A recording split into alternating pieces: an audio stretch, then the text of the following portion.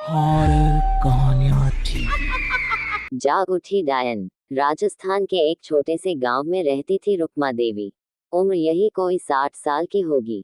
गांव के लोग कहते थे कि वह औरत नहीं बल्कि एक डायन थी, क्योंकि शादी होती ही रुक्मा के पति की मौत हो गई और धीरे धीरे उसके परिवार के सब एक एक करके खत्म हो गए। और साथ में पड़ा गांव में अकाल। जमीन सूख गए, खेती सूख गई और लोग भूखे मरने लगे।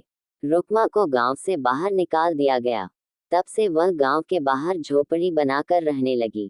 कोई भी रुक्मा के घर के आजू बाजू से होकर के गुजरता भी नहीं था। एक दिन गांव के रतन और उसकी पत्नी आनंदी दूसरे गांव से आते वक्त रात हो गई और अंधेरे में रास्ता भटक गए और रुक्मा के झोपड़ी के पास पहुंच गए। अरे आनंदी, ये क्या हो गया? हम तो रुक्मा डायन की झोपड़ी के पास आ पहुंचे। अब तो सब बुरा होगा। जल्दी जल्दी से निकल यहाँ से। हाँ जी, सही कहते हैं आप। ये डायन हमको खा जाएगी। जल्दी भागो यहाँ से। तभी रुक्मा झोपड़ी से बाहर निकलती है। अरे रुको, तुम लोग यहाँ मेरी झोपड़ी में आराम कर लो और देखो, इस रास्ते पर आगे मत जाना। हाँ हाँ, हमें आगे जाने से इसलिए रोक रही है ना, ताकि हमें मार डाले तू। अरे ना ना, मैं तो तुम्हारी जान बचाना चाहती हूँ, मेरी बात तो सुनो। डर की वजह से आनंदी और रतन वहां से भाग जाते हैं।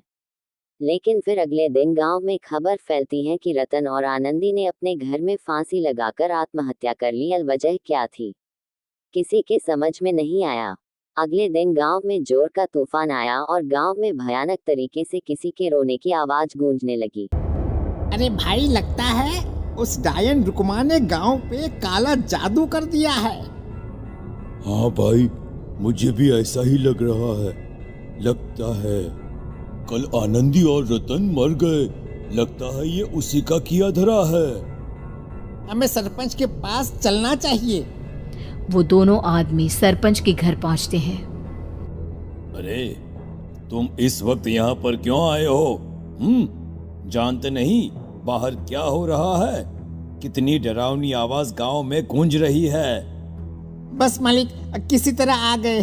पूरे गांव वालों की जिंदगी का सवाल है। अरे मालिक, ऐसे तो सब एक एक करके मर जाएंगे। तो क्या चाहते हो, क्या किया जाए? मालिक, हमें रुक्मा को मारना होगा। अरे जब तक वो डायन गांव में जिंदा रहेगी तब तक गांव में ये सब होता ही रहेगा।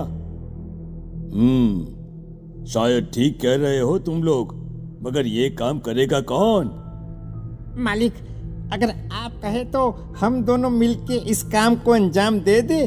बस आपको हमें यकीन दिलाना होगा कि हम पकड़े नहीं जाएंगे। ठीक है, लेकिन बाहर जो आतंक का साया है उसमें तुम दोनों रुक्मा तक पहुंचोगे कैसे हैं? क्या तुम्हें डर नहीं लगता? मालिक, आप उसकी चिंता ना करें। काल भैरव का भभूत है हमारे पास। रुक्मा तक पहुंचकर आसानी से मौत के घाट उतार देंगे उसको। हाँ, मैं भी चलूंगा तुम लोगों के साथ। उस डायन को मरते हुए देखने की बड़ी इच्छा है मुझे। सरपंच उन दोनों लोगों के साथ गांव के बाहर की तरफ चल देता है। गांव में घनघोर काली रात पसरी हुई थी और दिल दहलाने वाली चीख की आवाज माहौल को बेहद खौफनाक बना रही थी। हाथ में काल भैरव का भभूत लिए वो तीनों रुक्मा की झोपड़ी की तरफ जा रहे थे। वहां पहुंचने के बाद ये लो खंजर और पार कर दो इस डायन के कलेजे के अंदर। मालिक, आप बस यहीं खड़े होकर नजारा देखो, आज ना बचेगी ये। हाँ मालिक, ये भभूत अब इसकी जरूरत नहीं है। मैं इसे यहाँ पेड़ की डाली पे रख देता हूँ, लौटते वक्त हमारी रक्षा करेगा। वो दोनों सोते हुए रुक्मा देवी के ऊपर वार करते हैं। एक जोरदार चीख से वह इलाका गूंज उठता है। लेकिन अचानक रुक्मा के शरीर से जो खून बहता है उसका रंग नीला था। ये देखकर वह दोनों आदमी डर से कांपने लगते हैं। अरे अरे अरे अरे, ये क्या? अरे इसके खून का रंग तो नीला है। अरे तो क्या हुआ?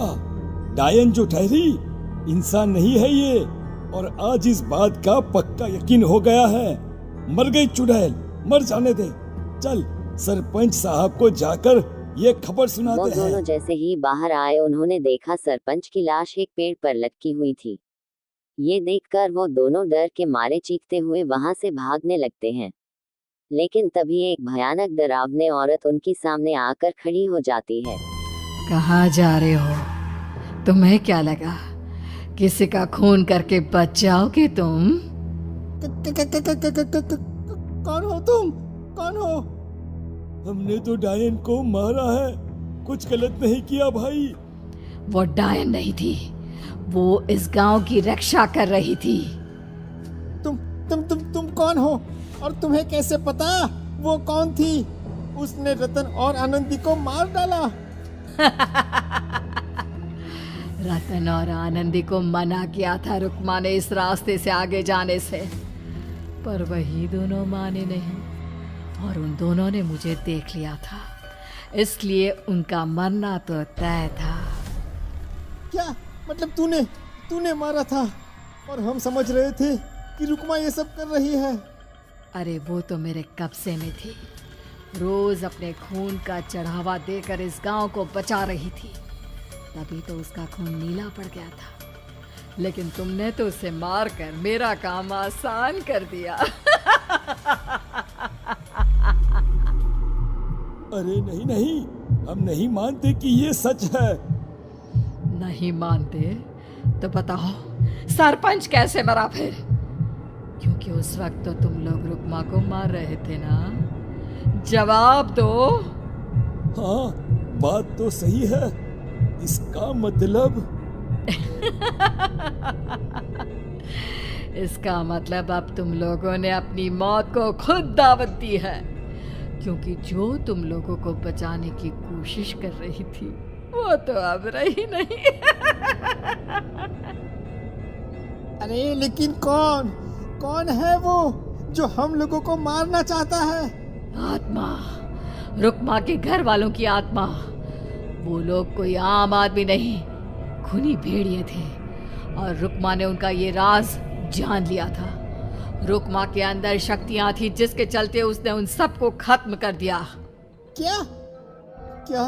अरे लेकिन पूरा गांव तो समझ रहा था कि रुक्मा अपने घर वालों को खा गई। खा रुक्मा नहीं, मैं आ गई। क्योंकि असली डायन मैं हूँ और अब कोई नहीं बचेगा इस गांव में, कोई नहीं। भागो तुम दोनों। वो दोनों साथ में पागलों की तरह भागते हुए गांव पहुंचते हैं। वहां देखते हैं कि पूरा गांव खून की नदी बन चुका था। हर तरफ लाश ही लाश पड़े हुए थे और रुक्मा के मरे हुए घर वाले उन लाशों को खा रहे थे। कुछ देर के बाद उन दोनों का भी वही हाल हुआ। वीडियो देखने के लिए शुक्रिया। मिलते हैं एक नया वीडियो में, तब तक के